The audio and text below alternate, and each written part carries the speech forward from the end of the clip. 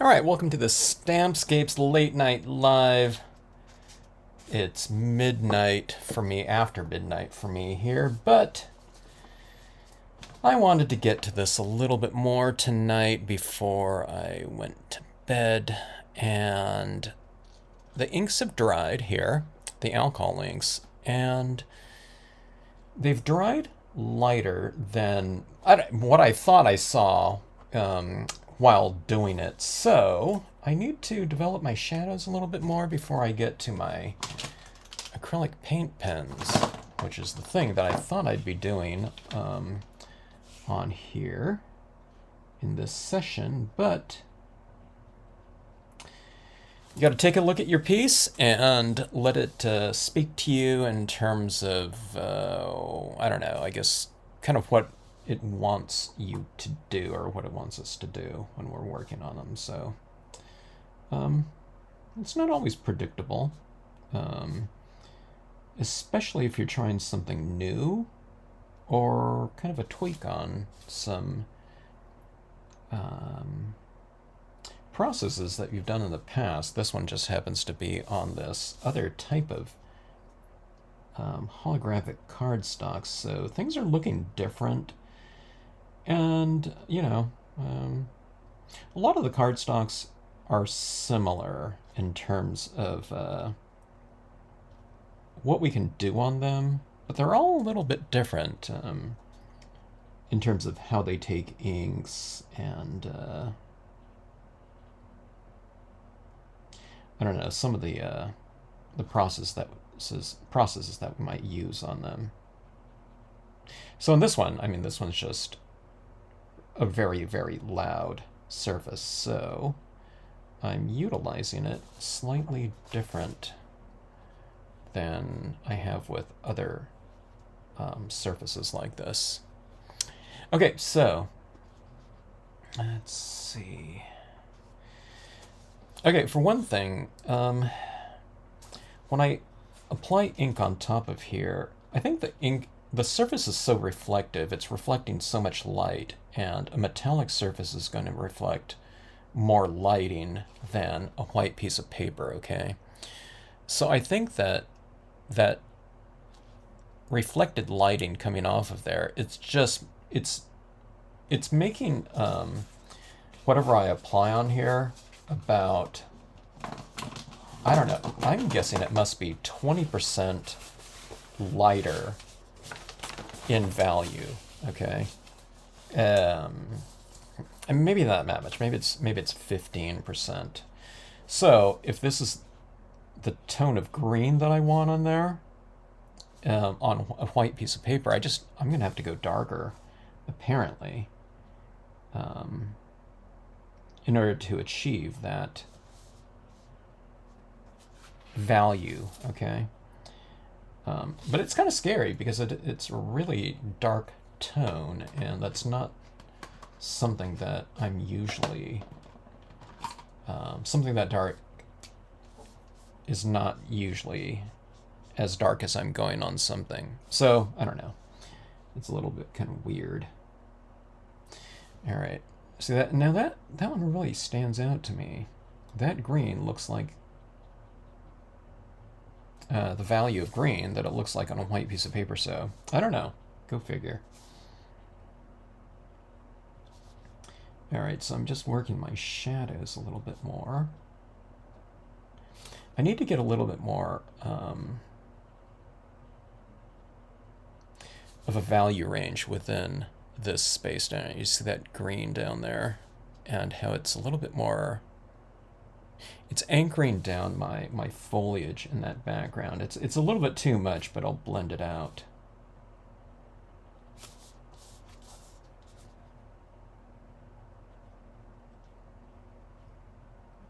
So I'm just going right along that shoreline, okay? Now hopefully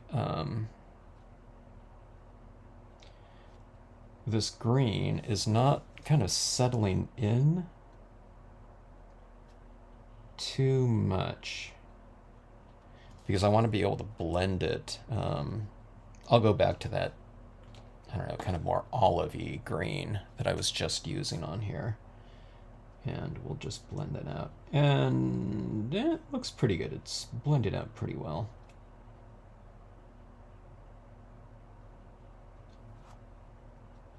Sometimes some colors you want them to get kind of locked down, and they don't. And sometimes you want them to kind of blend out, and they don't. They're locked down instead.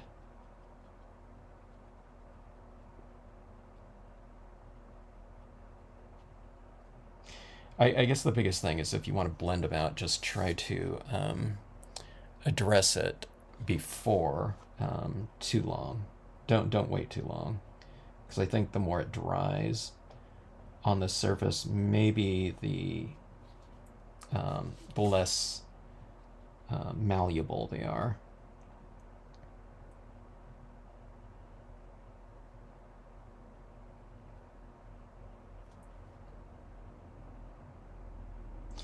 All right, so this is getting a pretty decent kind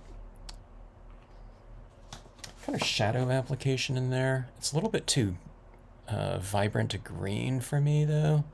I want it a little bit more earthy, so let's go to a brown tone. I think that one's pretty dark, but let's see if it's like our other colors where we just need to go quite a bit darker in order to achieve the value we want.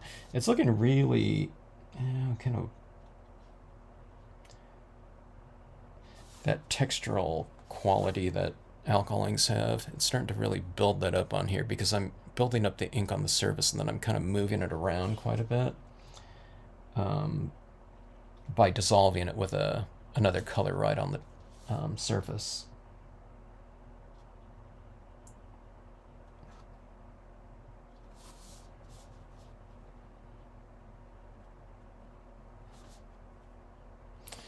All right, so the darkers didn't look quite as dark, and I'm thinking too now, maybe some of the lightest tones are not as bright as they were when they were kind of freshly applied. So let's go with a little bit more of those as well. And I'll kind of push around some of those darker tones that I just laid down too. So I'm working it from light and going into the darker tones. But then I go back in with the lighter tones, maybe sometimes lighter and brighter, just to blend them out. Okay, it's hard to see right here, but here we can see right there. Let me try to get that into the lighter area so you can see what I'm doing.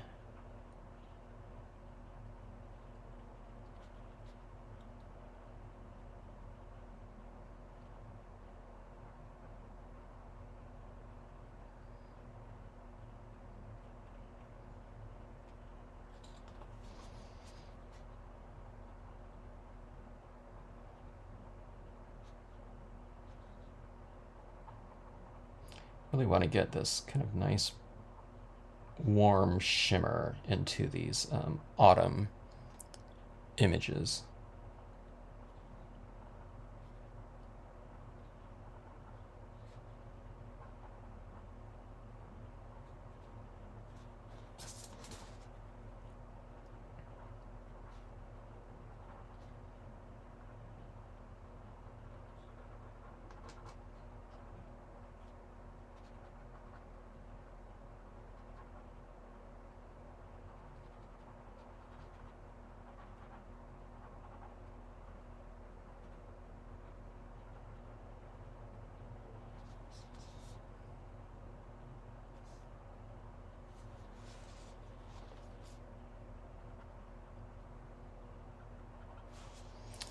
I think that is it in the background.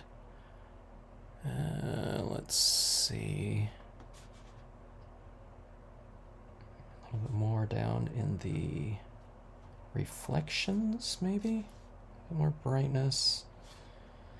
And kind of lightness. When you use light tones over darker ones, it can potentially lighten them up again. which is good because they're, if you need to manipulate them, you can.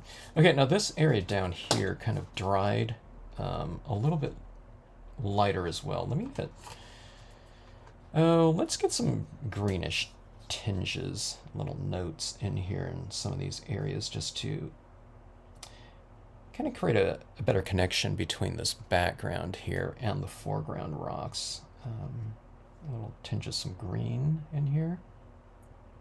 Just giving that background something a little bit more in common with the rest of the picture.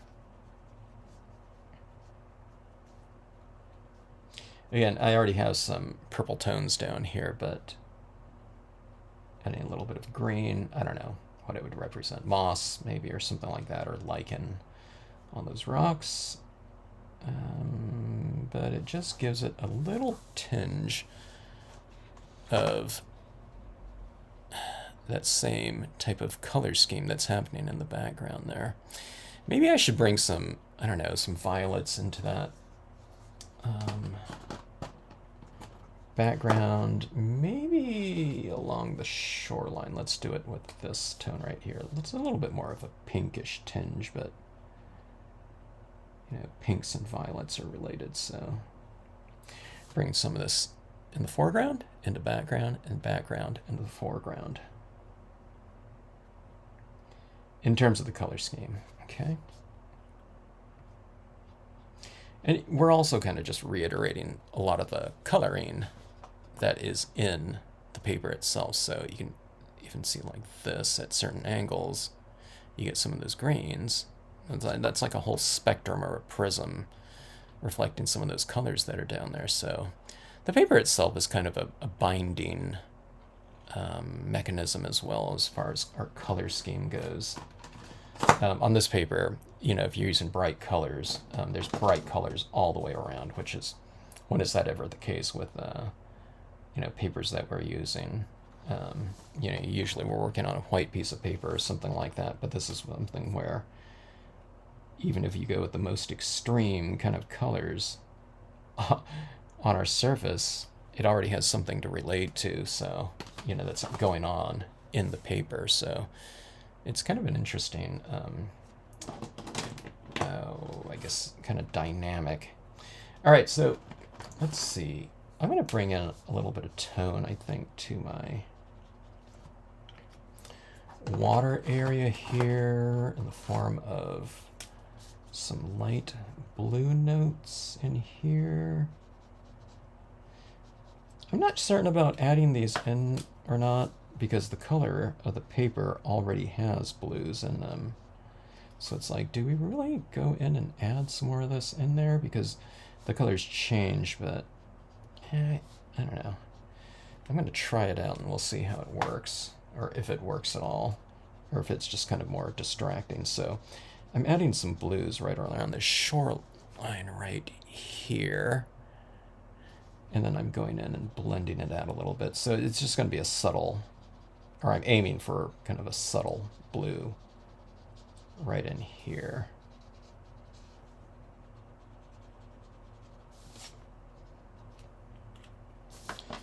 Okay, so I don't know if you can see that. There's a little tinge of blue right in there.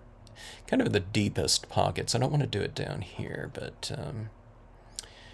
it just kind of creates something a little bit different. Yeah, that looks pretty good though. Let's add some more. Let's come down here a little bit more. If you like something, you know, or if you want to try something, you just, but you're not certain, you just, I mean, this is stamping, so you can just add a little bit, and then if you like it, then you can always add more. Okay, so that is applied right in here, and then but see that little cutoff right there? We just need to blend that in with the surrounding. I'm doing it with a lighter blue. Actually, I might have to use my blender pen.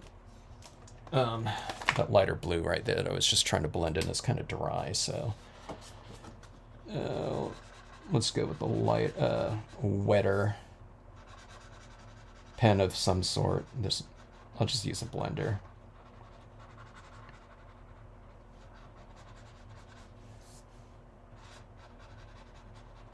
I need to be careful. This blender pen right here is brand new, and it's really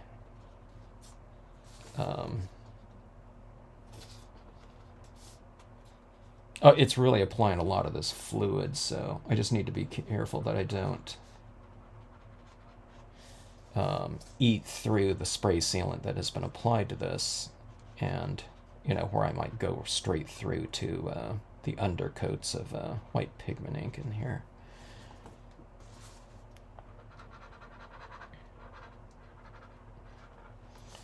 All right. I'm tempted. I almost feel like I need to go a little bit darker green in here. Let me see if I can get a little bit darker just with this lighter green, which I don't know, it just doesn't seem to be working on here. I can blend out with it though, but it's not giving me a very, it seems like a dark green. I don't know, maybe this is this pen or something, or I don't know, maybe it's the color. Or I don't know, maybe the just the opacity of it. Maybe it's much more see-through, maybe, than the other colors in here. Other greens. I don't know. Then again, down here, it sure looks a lot lighter to me, or darker for some reason. All right, blending in. That blue up there looks pretty good. I'm really tempted to bring some of it down here, but yeah, I'll just leave it at that. Okay, let's go to some of my acrylic paint pens. And I'm going to start off with some 2mm ones, and then we'll move into some finer tip ones, the 0.7mm. Okay, so let's see here if I can zoom in a little bit. Okay, now the scene is a lot lighter looking than what it's showing on my camera. Let me see if I can adjust my exposure a little bit. Okay, just bumped it up a little bit. There's so much reflected light coming off the page. The camera's kind of exposing for that. Okay, so I'm going to build my tones up from dark to light, okay? And hopefully it'll make the trees really kind of shimmer quite a bit more, or give the illusion of shimmering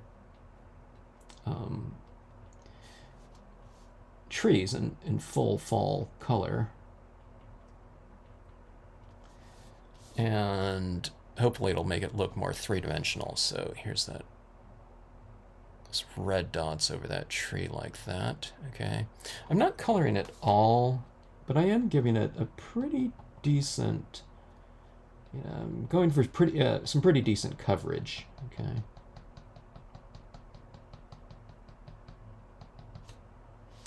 All right, now not all these trees are going to be like super dark or bright red like that, so I'm just applying this red over some of those trees.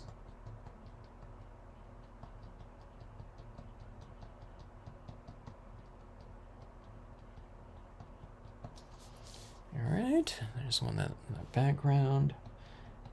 This red here, it looks fairly dark, but over the top of this paper, it's looking like a lighter version of red than the red that's already been laid down. But you can already see kind of the three-dimensional or more three-dimensional look that this is the paint pens are providing. The paint pens are a little bit closer to opaque, while the dye-based inks that I've been using so far to color the scene are transparent. Okay.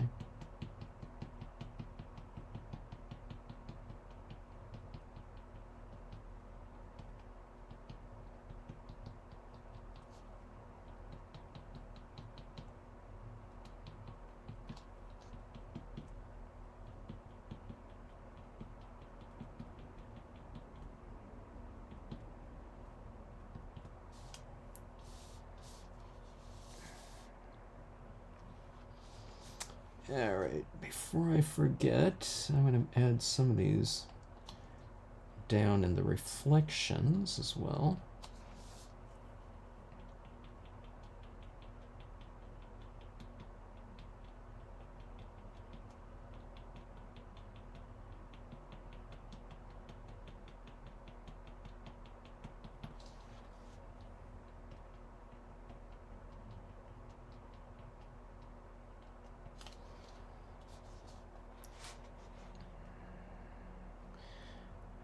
Okay, there you can see where those pens have been applied in there.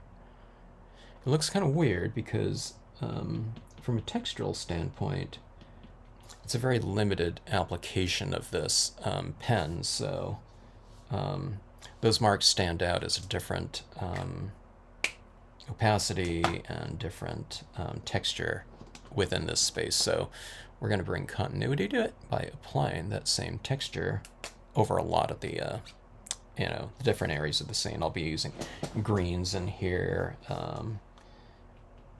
in different values, a lot of different colors here, so over more of the objects. All right, this is a little bit of a lighter orange. I need a little bit of a brighter orange. This is a little bit of pastel. So that darker red kind of got a pretty good amount of coverage over everything. This is looking like a pretty light orange, so I'm kind of adding it more on the top sides of, in this case, foliage and branches, okay?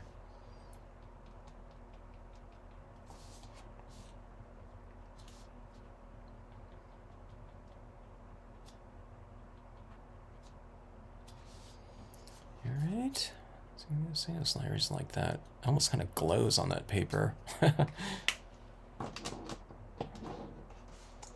Let's see. Let me see if I have a little bit of a different orange here. This is the Emoki pens. That one's not so different that it's going to make a difference. But let me try this other red here.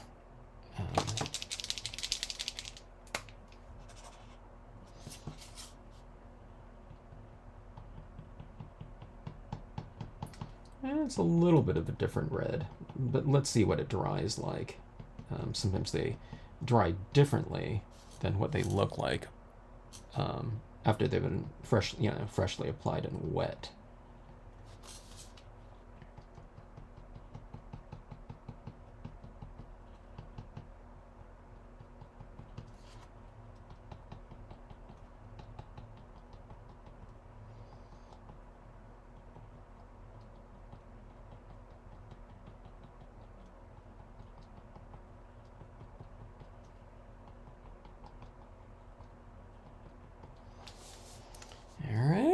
That is the red there.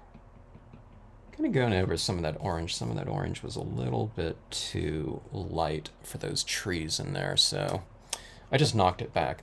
I can go back into it with the 0.7 millimeter ones as well. Okay, let's see. I need a green, a deeper green for some of the green areas, then we'll move into lighter greens and things like yellows.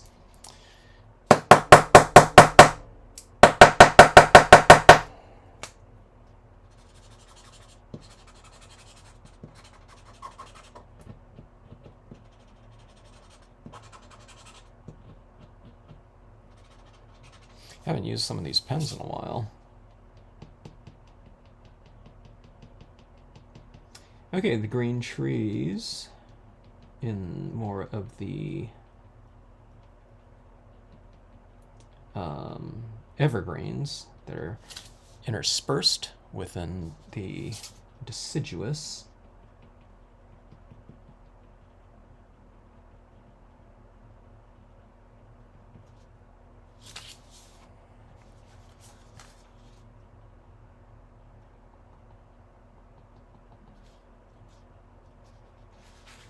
And the same thing with the grassy areas underneath the trees, okay? This is almost a little bit too extreme, but I'll mellow it out a little bit with some of the finer point pens, but this is just using the 3mm pens.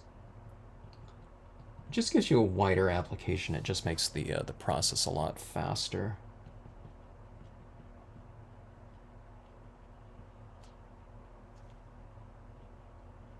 But if the inks really kind of stand out, kind of, where it's strange looking, you might, if you want to see what it looks like, then just kind of skip ahead to, like a 0.7mm, a finer, which you'd have to add a lot more, kind of applications of it, or in this case, it's like little dots. But it will give you a really good indication of what the final piece will look like. So you can see these dots in here. They don't blend in at all at this point in time, but we're just kind of setting a foundation application with them in here.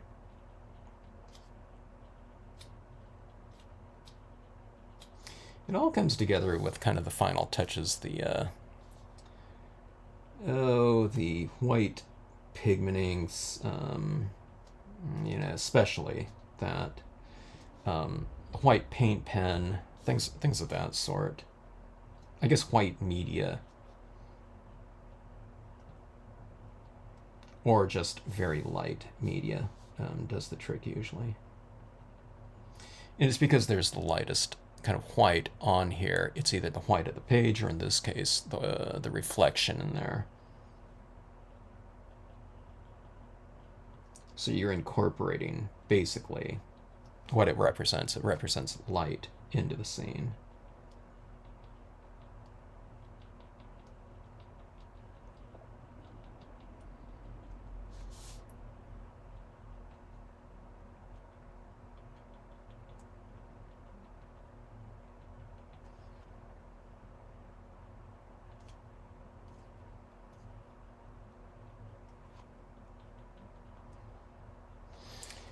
Okay, that looks pretty crazy like that. Look at this right here.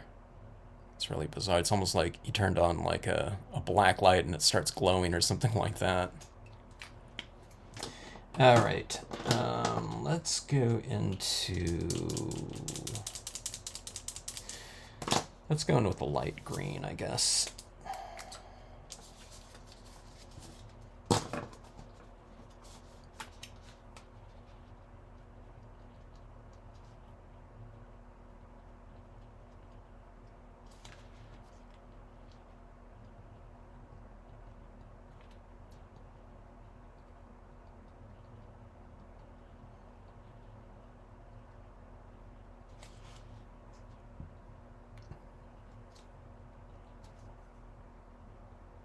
This is a pretty light green here, so you can see it's really standing out against that background. So I might treat this pen like it's kind of like a highlighting pen. So I'll use it a little bit more sparingly, maybe. We'll see how it goes, though. I'm looking to see if I have I don't know, somewhere in between with this light green. I don't think I do.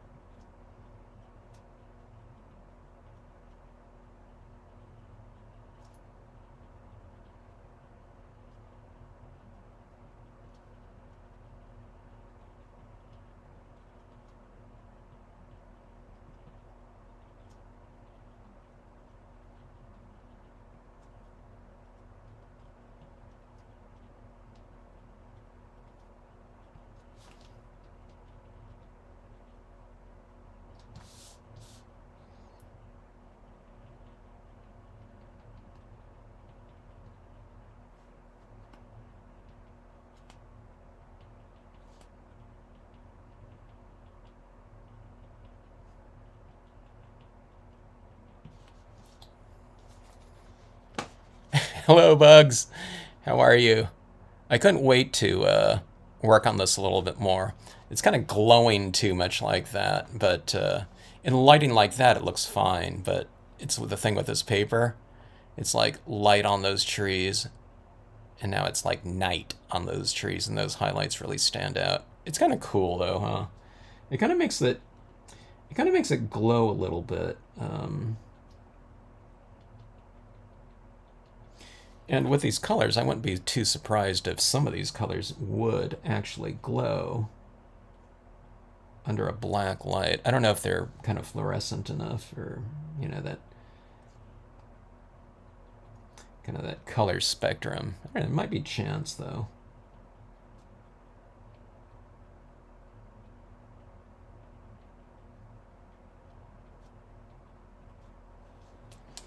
Okay, let's see. It's making it shimmer a little bit. It's kind of waking up the scene, when you start getting into those lighter tones built up on top of the darker ones. This is kind of the this is why I couldn't wait to do this, or at least get into some of this process right here. But this is really where the I don't know, the scenes in this process at least kind of start waking up, and you start to kind of see their, I don't know, whatever the general character of the piece a little bit more. I want to treat this, this areas around here kind of similar. Usually I kind of focus my, kind of a lot of the details in like one area, and that'll be kind of the focal point. But if I don't do it over all these areas, then I think on this paper, we just have to, because this paper is just so active and kind of visually interesting from corner to corner, I think it's good to, address. I don't know. This is just my theory here for right now, but it's just good to address like the entire shoreline. You know what I mean? Because it's having to sharing the stage with something that's super dynamic, super colorful, and it's moving too. So I think the imagery, we need to do what we can to have the imagery just not get swallowed up from that that effect. So lighting and texture right throughout the trees here.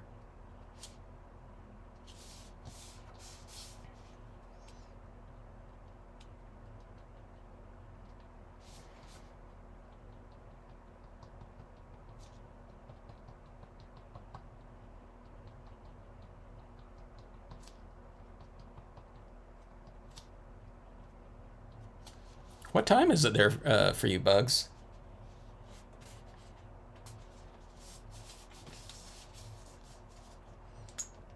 Alright, there's my green. I can't wait to get like into all of these colors, but here's the yellow now. Let's see, let's go with this yellow right here. I think it's a little bit darker. That's pretty light right there. I thought that wouldn't be so canary yellow. That's kind of similar. I don't know why they have this set of pens. This is too much similarity right here. I feel like the set of pens is like missing a couple colors, than to have like these just so close together. They should have taken one of these and darkened this one a little bit more, and then just instead of having this one right here, they should have had like a really bright orange or something of that sort.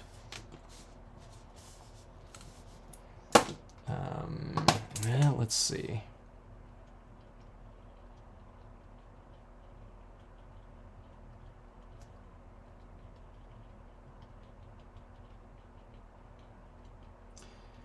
Okay, one of the things I was mentioning, this dark of a yellow here, all the colors that I'm applying on over the top of this, I think seem lighter than what they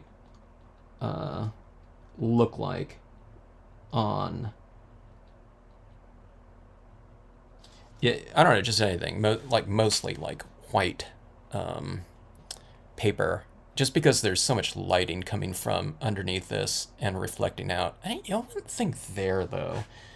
I would have thought I've covered up, so much of the paper down there, but I don't know. It just looks so pastel to me in so many ways. I don't know. Well, let's see. Let's keep trying working with it here.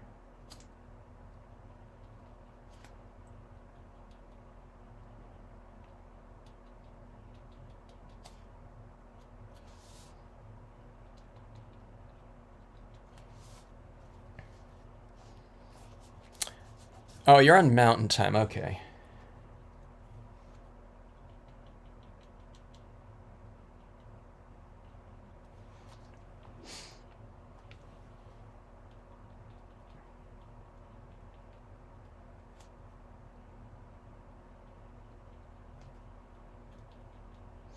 I haven't. I'm a total night owl, but I haven't been stamping too late at night lately.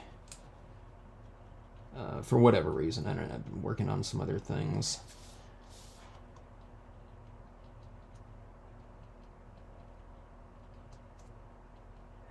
Okay.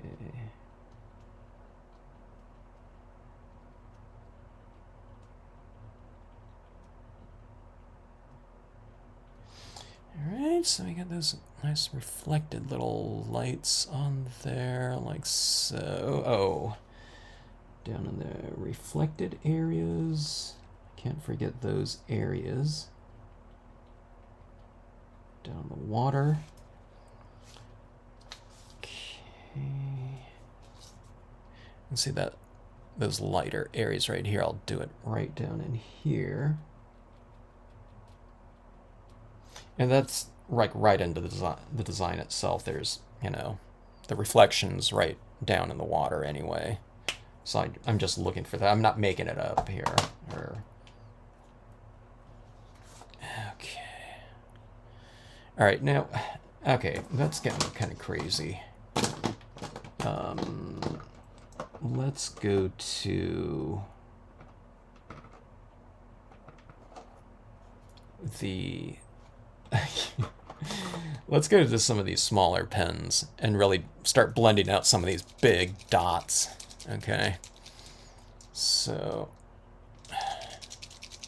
all right, so these two tones like here, like this tree right here, there's not, very much of a value change within that area, and we need to make those look like they're more three-dimensional. But these were just giving me too big of a dot, which I want as a foundation, but it's time to get into some of the more detailed work here. Here, I should do it like this.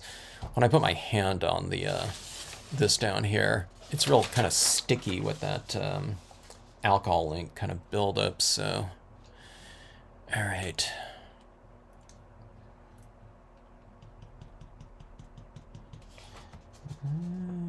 Let's see. One of my reds was really a little bit more see-through for some reason. Let me see here. Okay.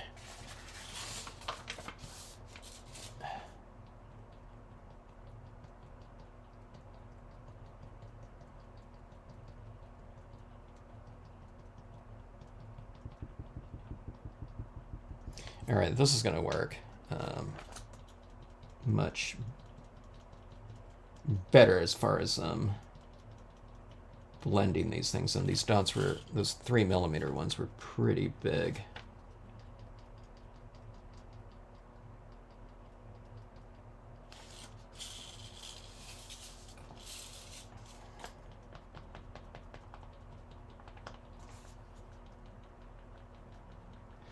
I'm staying within some of these trees, but at some point in time, you just kind of start making it up here.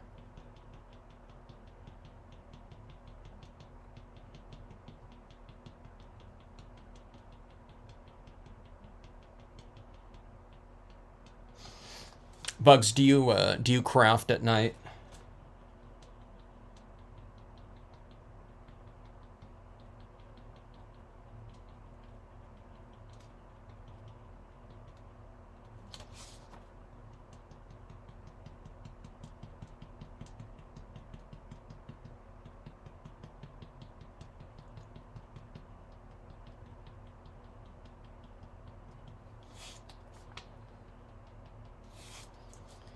Alright, there's the red. Look how deep red that is now. I'm tempted to bring in some of that down into these areas right here. They're just like these deep red ground cover elements, or actually like even like lichen and things like that. I don't know if it gets like super bright red, but something like that will probably be incorporated into this lower section here before it's all said and done. All right, let's try the orange here. And the orange, I think, will be kind of the highlighting for the red, giving it that dimension.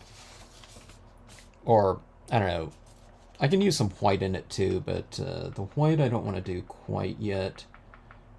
You know, the white is going to be the thing that's going to have the strongest contrast between itself and the background, just because it's the lightest element. We're doing it over darker things. But let's build it up through the dark and mid-tones first. Okay, see that tree? So you can see the difference between the, like, maybe.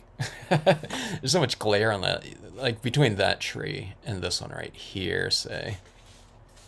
So I'm just applying this to some of the areas within these trees, or that little shrubbery in the background like that. See, it's not uniformly applied. It's here and another clump like that. So you kind of spread out the clumps of I don't know, whatever, I guess, branches within that space or the object.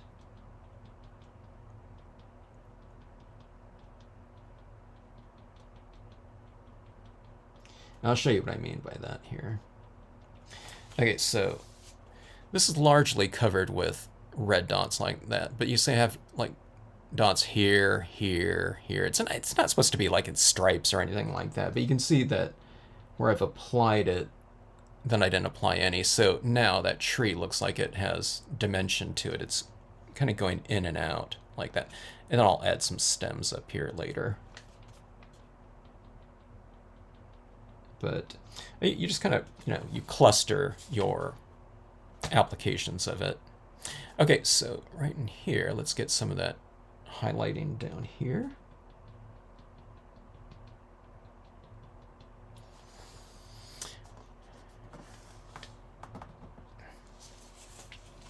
It's time for a marathon session, Bugs. We're crafting together until the sun comes up. Well, glad to have you while you're on.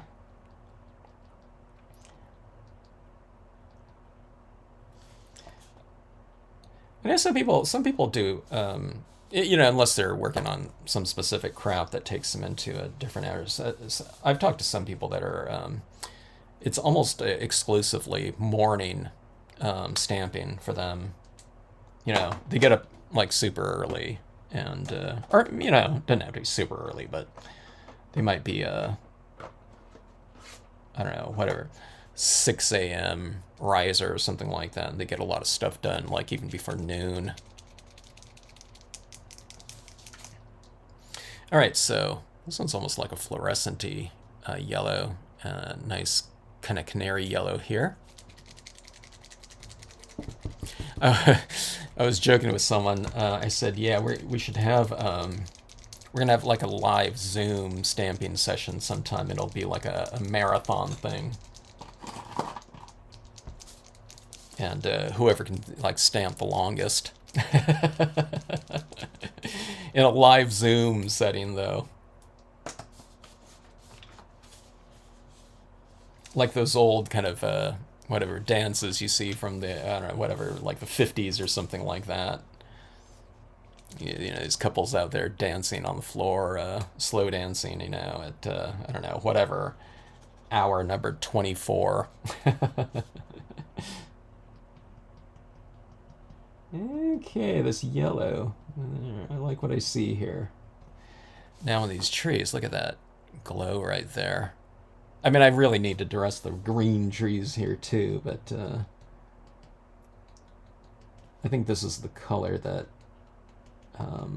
sometimes you're doing like scenes or something like that, and it's not always with every type of media process or combination. Okay, this one just happens to be like tons and tons of layers going on here.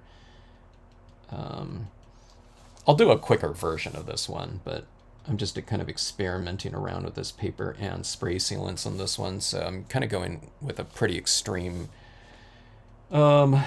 application of media here on this. You know, I guess it's like extreme kind of richness or something like that. Okay, but anytime I'm doing something like that with a lot of layers, it's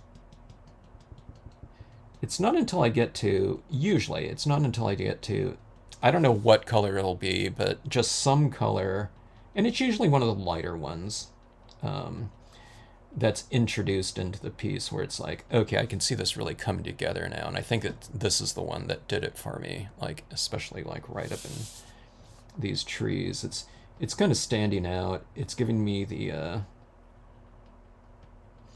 texture that I'm going for and the lighting. You know, I can see it really coming together, rather than kind of all these blended, you know, kind of crazy applications of tone on here that just look like patterns. Now I can see the forms, I guess. I guess that's what I'm trying to say here.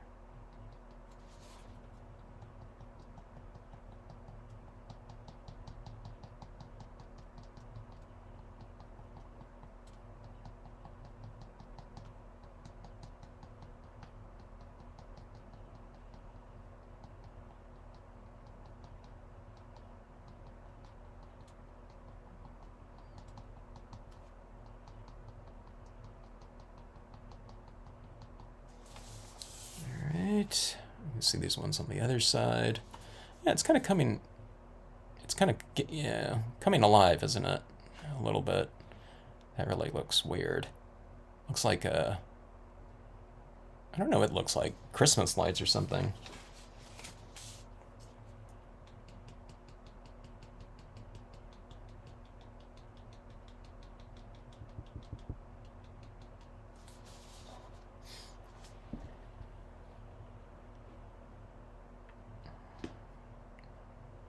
You need a coffee before crafting.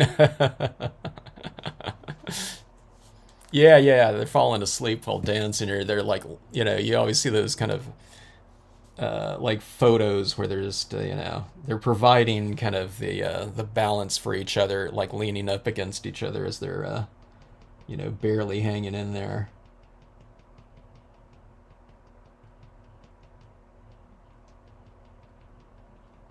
And I think they always have like the numbers, their numbers. Was that it too, or is that like something else? Maybe that was like a dance contest or something like that.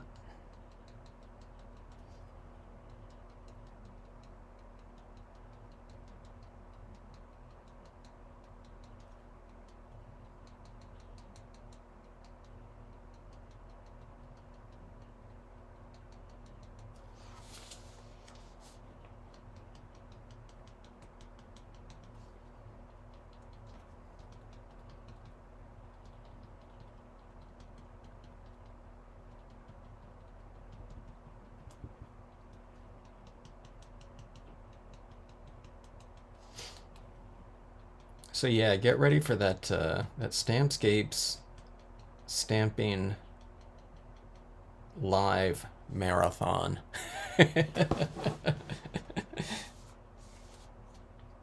Stampscapes virtual sleepover. I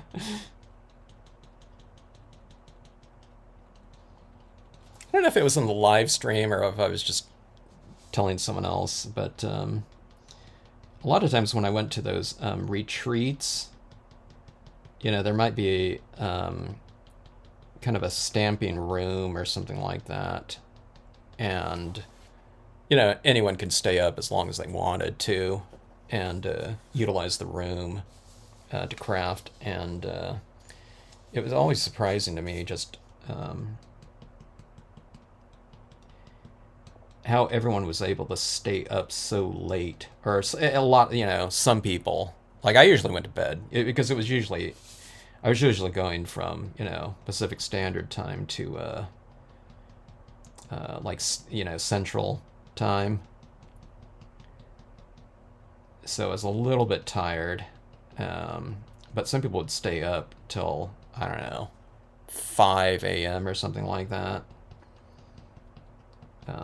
After stamping all day, too. So, like Friday night, Saturday night type of thing.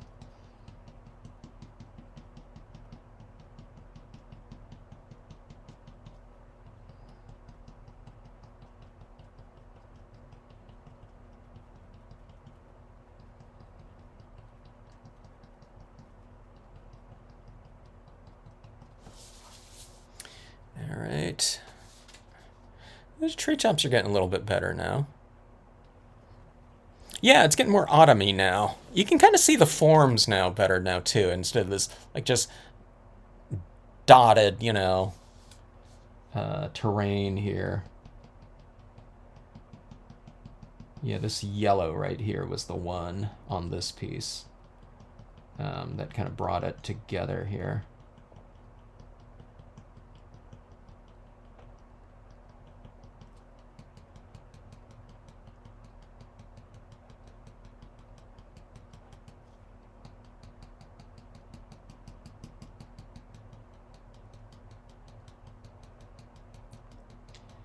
So some of these trees are like right in here, kind of.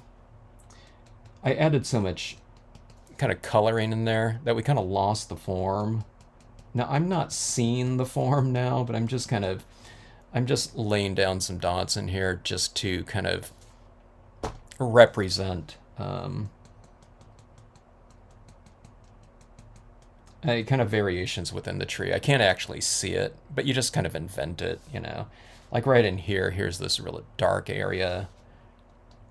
And I can't really see the forms in there because I just colored too much over it with alcohol ink. So I'm just laying down some dots in there, and it just represents some reflective leaves in there. You can see like down here where I've added on all those shadows. I'm just going to go with that in some of these areas and just kind of add something in there. But you oscillate it. Don't do it like the same over all of it. And now it looks like little bushes where you add some there, there, there. So, so I'm separating the little dots, and it's nothing more than just, I'm going like this right in here on a lot of this. So it looks like that, and then I'll do that, something like that. That creates that little separation. So you see that there it is right there, there, and there. Or up here, going that way, it's just, it's just kind of this going on right here. It's a little bit more rounded right here, but that's all you're doing. So instead of just doing like some sort of, super repeated pattern like this, there's no variation to that right there. So you just cluster. So that's what's going on right here. There's this cluster, cluster, cluster, cluster. Now I'm kind of if I can see the forms in here a little bit better, then that would be good. But like I said, I've colored it in so much. So here's like a little cluster. There's a cluster there, cluster. And it's kind of hard to see in here because I've colored all this. I'm talking about I can't see it. So I'm just kind of clustering up these little applications of yellow right here. And that's it's kind of defining the forms within here again. So you just do, again, it's just that little type of thing like that. Spread it out, make one a little bit smaller, and go like that.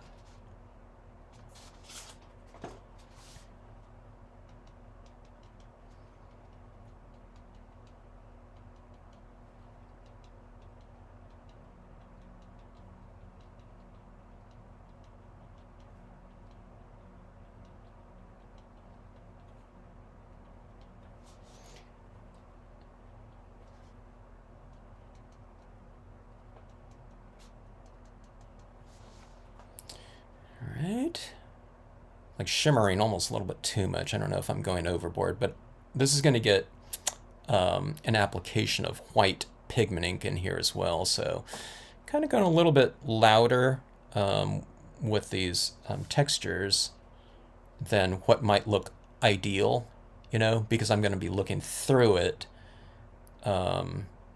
through, I don't know, whatever, a veil of mist that's going to be in here.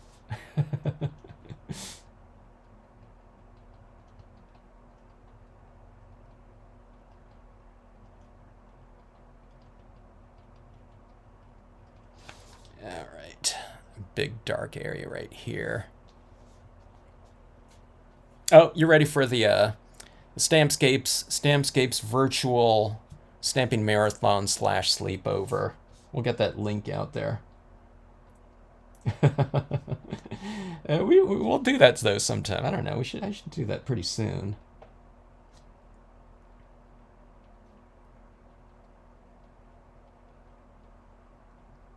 Make it monthly, huh? I don't know. Second Saturday of each month or something like that. It's like a stamping club.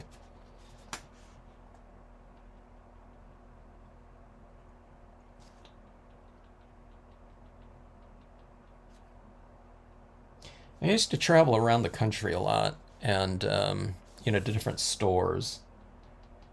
And usually there, where there were a bunch of stampers, there would have been there'd be a stamping club in each one of these cities, or it might be based around the store. Sometimes it's independent from the store, but a lot of times it'd be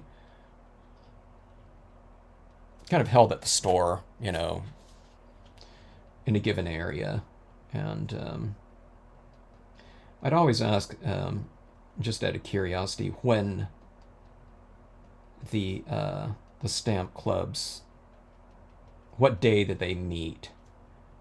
And it was usually once a month, and about, I would say about 85%, 90% of all the clubs, they all met on Tuesdays. When I started hearing that as a pattern, that's when I started asking you know, everyone, just out of curiosity, and I'd say, you know, what is it about Tuesdays? It's always on Tuesday, and I forget what people said. You know, it's like, you know, you don't want it on Monday, just starting the week, and I don't know. It's like, yeah, they're gonna have it on Friday, you know, doing stuff with the family or whatever. So I don't know, like, I don't know, they just said Tuesday is just, you know, it just seemed like the perfect day for it, which it obviously was, because that's when so many of them took place. And that was the day that I met up with, you know, when I was in a stamp club in Huntington Beach.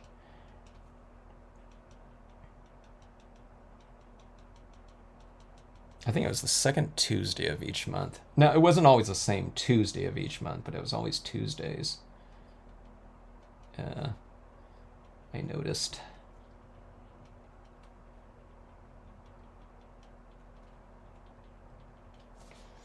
All right, boy, that yellow has really, God, that is so insane. Yeah, it's definitely Christmas lights. Not like that, though. That's a little bit more mellow.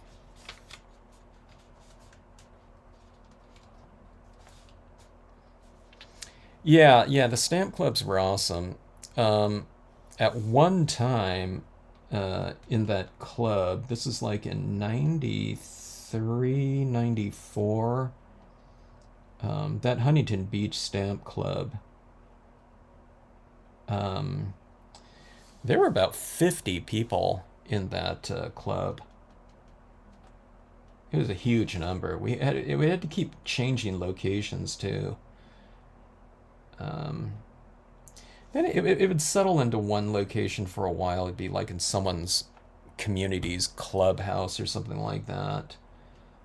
But one time it was like at like the meeting room or something like that of like someone's just local bank.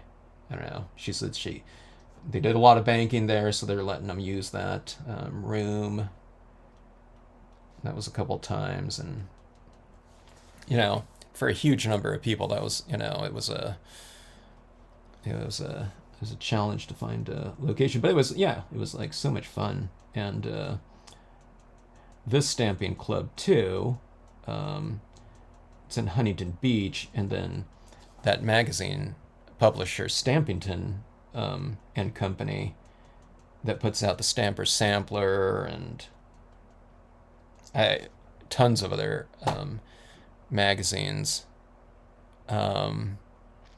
She would come to the club, and she was coming to the club before she started the magazines.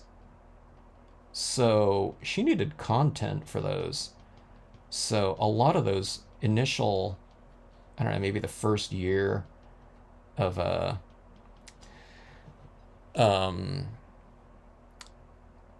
Stamper Sampler, Somerset Studio came after that, but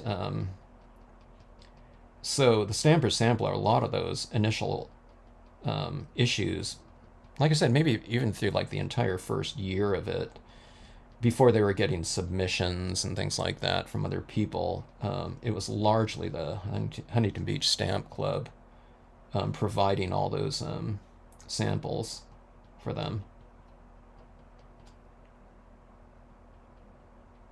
And it wasn't just me. It was mostly other people.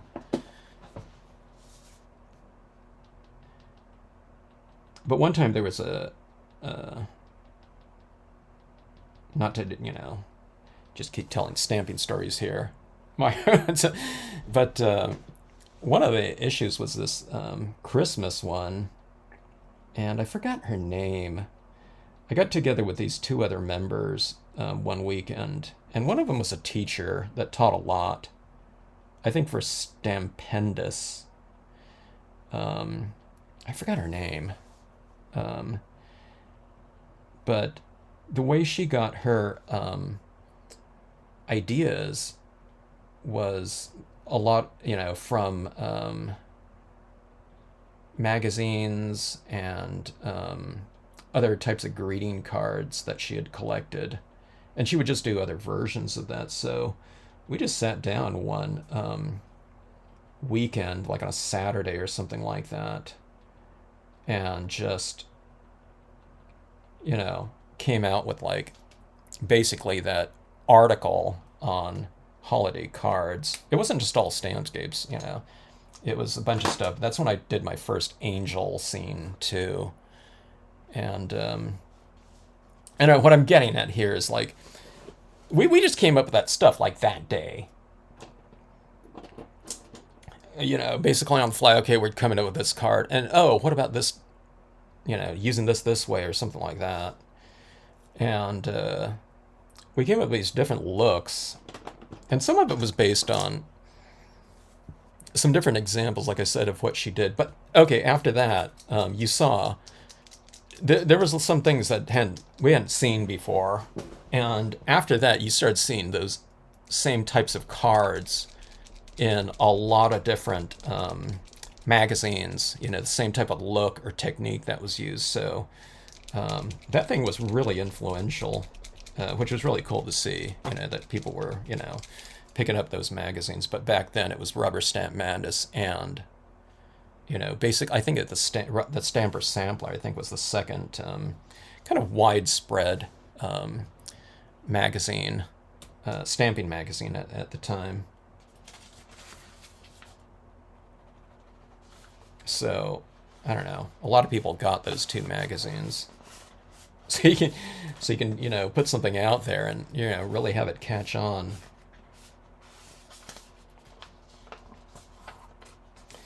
All right, so this is white, and hopefully this is the one that will really start to kind of bring a lot of structuring into these trees. Okay, so there, let's see, where is it? There's these, I don't know, there's these trunks that are on these trees that you just can't see anymore. I mean, I can see them if I hold it up in the light. You know, they're black.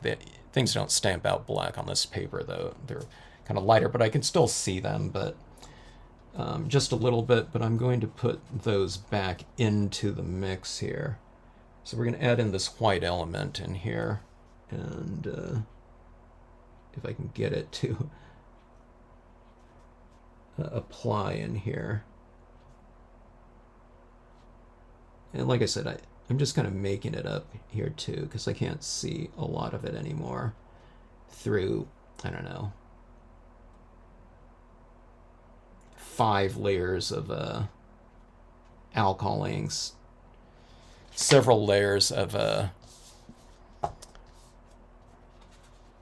acrylic ink. But see those tree trunks in there? So see there over here? See how much better it looks? And I'll put the branches in here too, but see this right around here? There's no structure. So if you put these on there, so this is supposed to be a white tree trunk in there. It's supposed to be like the lighting on one side of the trunk, you know, that we're looking at right there.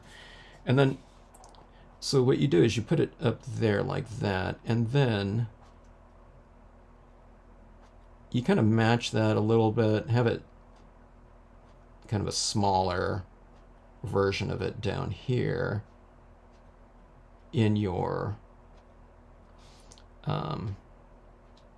water reflections. Okay, so you go like that. So you just kind of mirror it, you know, what's going up there down here. So see, that looks much more, I don't know, whatever, reflected, I guess.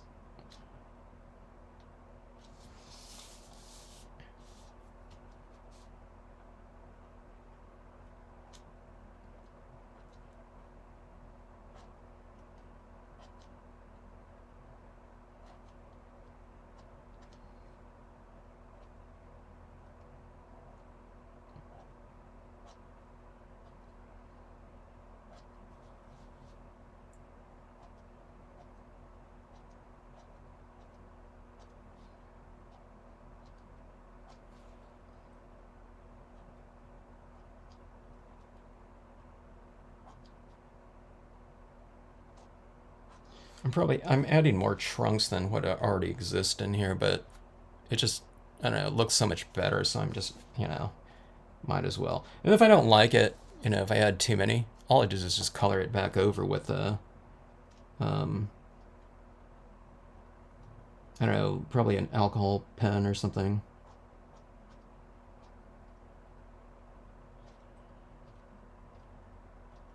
So after you come up with the vertical like that, I'm doing it upside down here, but then you just go off from some of these trunks like this, and you do the, you know, the branches coming out of it like this.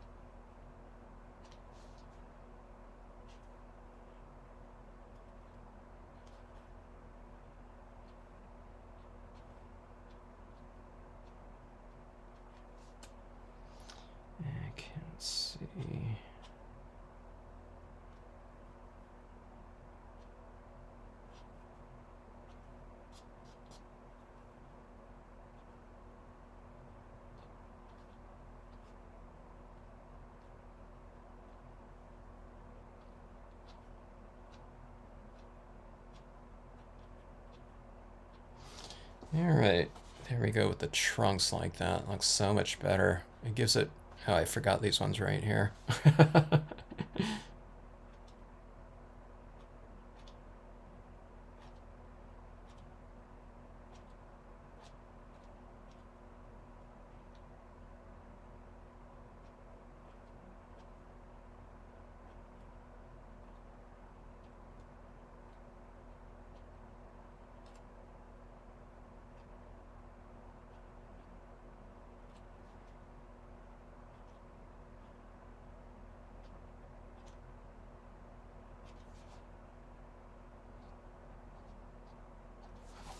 All right, there we go.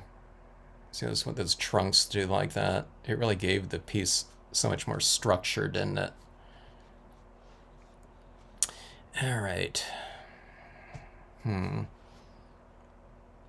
right, so that was the white trunks in there, and I'll add some highlighting with the same white pen.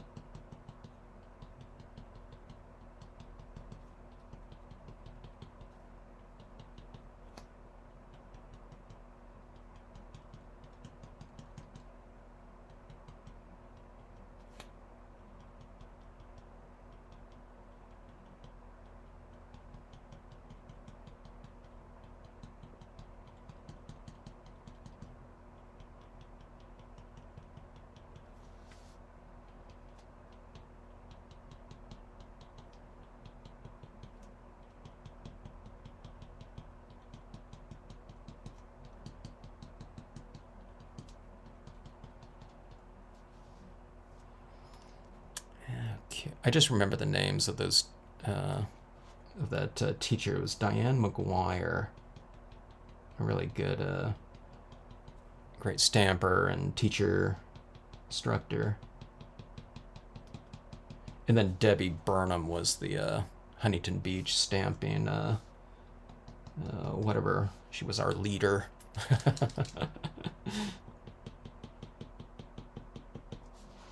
Okay, let's see.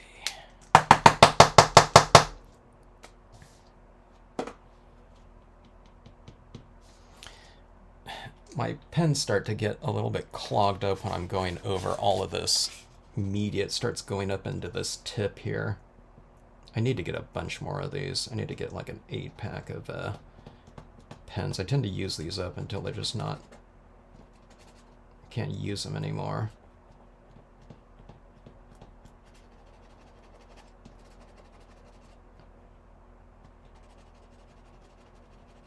There we go.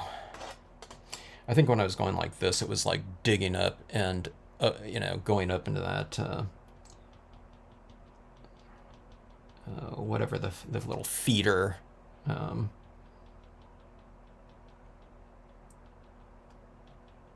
feeder area of the pen.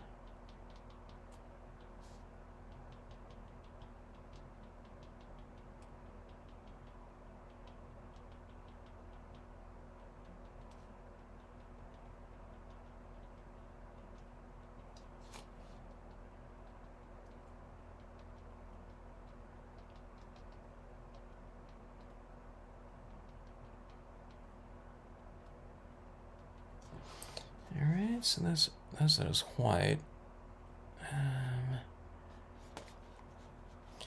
Good night, Bugs. Thanks for logging on, checking it out. Get plenty of rest for that, you know, that 48-hour stamping marathon.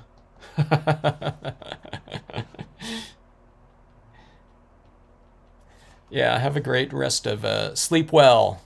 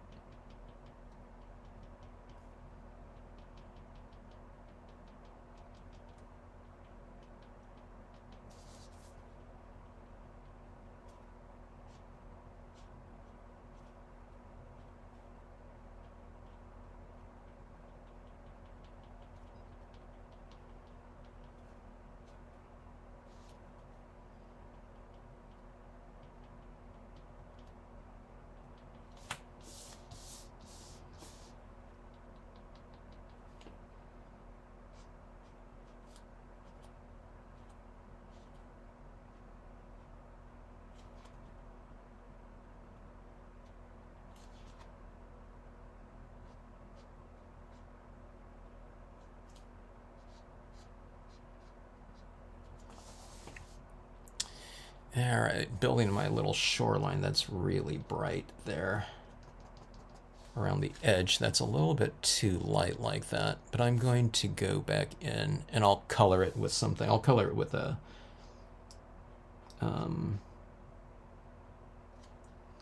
alcohol pen just to make it a little bit less light, but enough just to show the shoreline a little bit. Tongue twister there.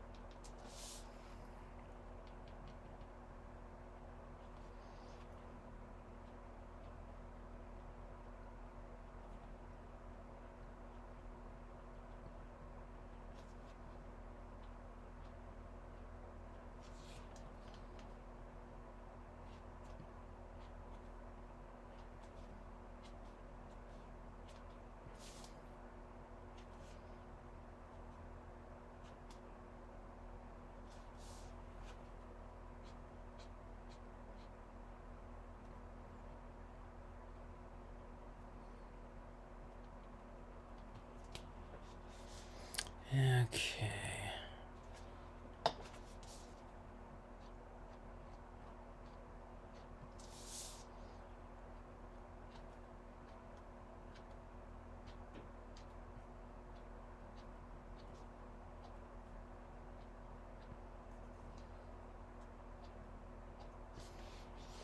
Adding a little bit more contrast into some of these tree trunks like that. Looks super bright with the light reflecting like that off there. Or it looks like darker, but that's what it looks like in the light. So we can see that Autumn Bank really shaped up well.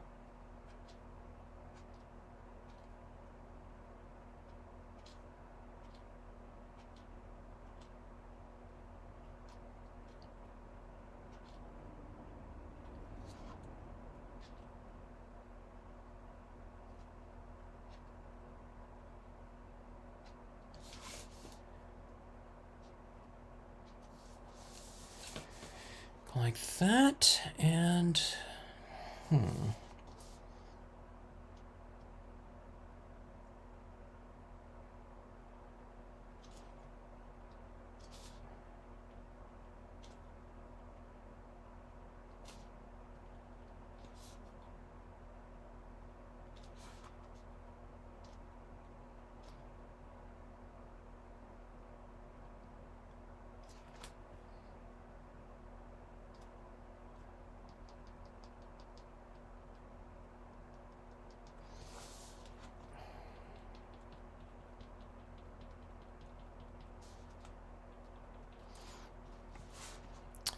all right, Autumn Shimmer. I think that should take care of that big main section. I'm trying to imagine this with a veil of mist back up here and some higher clouds up here. And we'll start working on the foregrounds down here tomorrow. I'm not sure what I should do on these rocks, though. There's going to be a lot more silhouetted types of imagery down here, but we do need to get some of that coloring down here as far as highlights go. I'm not sure if I should add that right now or if I should wait to do that after I see what some additional forms are added down here. I can add a few little highlights here and there, though. It's a little bit too much there. All right.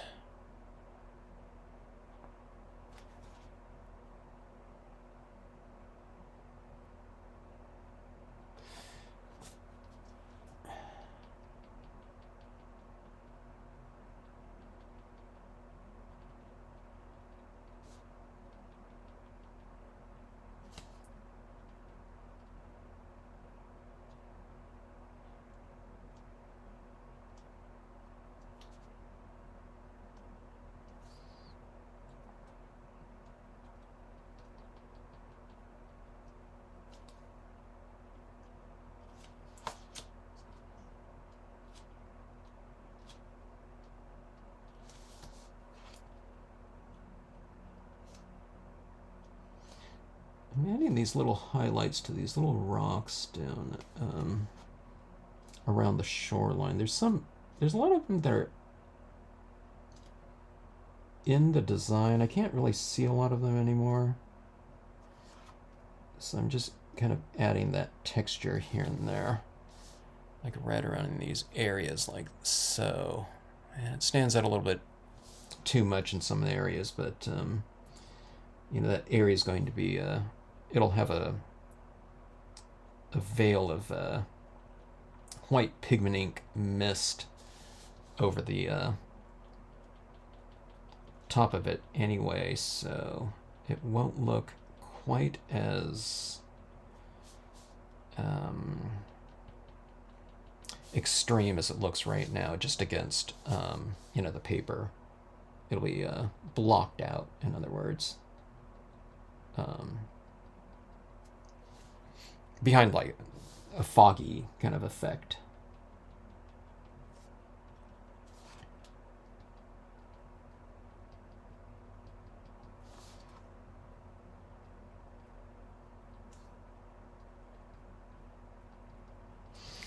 All right. So this thing is crawling with little dots right now. Quite extreme, but it's set us up for a pretty good foundation, I think, for the finishing, for what will end up being the finishing touches in here. There's a little bit of brown here too. This sandy area and some of these darker areas.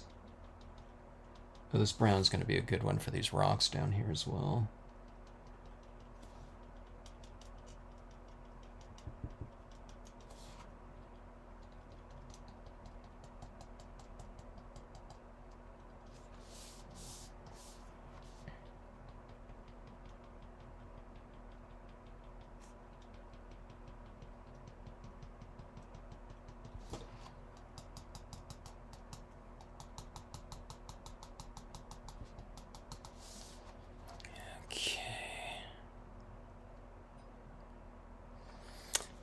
All right. For those watching or for those on the replay, I hope you enjoyed the extreme paint pen touches. That looks so extreme like that when it's up against kind of, you know, kind of shadowy lighting on that paper.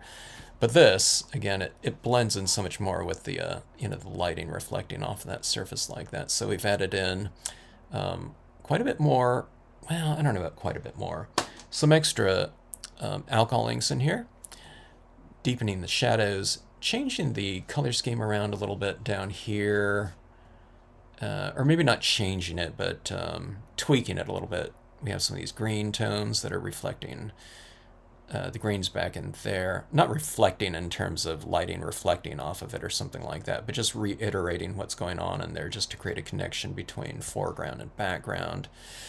Layers of paint pen in here, going a little bit more extreme with it, and then we'll set ourselves up for additional foliage here in the foreground.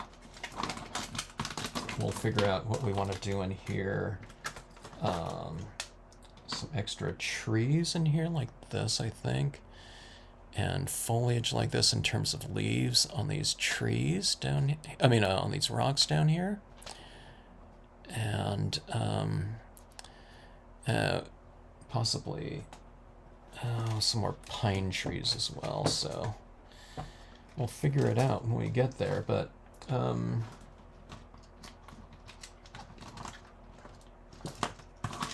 I'll look for it. I'll see if I can find my, here's another little tree down here, but I think this little place right here is a perfect spot for something like a deer, so something looking over that area would be good. So something like this right here, it'd be this way, but we can kind of get the feel of, you know, what something might look like in this space right here. That's almost like directly right on that center. I don't want something like dead center like that usually. Although that does look like the perfect spot for it, doesn't it? It's like center stage or something like that. So some additional trees and foliage around here to flank it off a little bit. This tree can be in front of this rock. This one could be a smaller one on the other side of that rock if we want something like that. Or I might try to figure out how to put in a little bit of that fall foliage down here too, in terms of the colors. And that might be good too. So we'll figure that out in tomorrow's Friday Night Live. All right, so anyways, thanks for watching. And thanks for, as always, for tuning into the Stampscapes channel.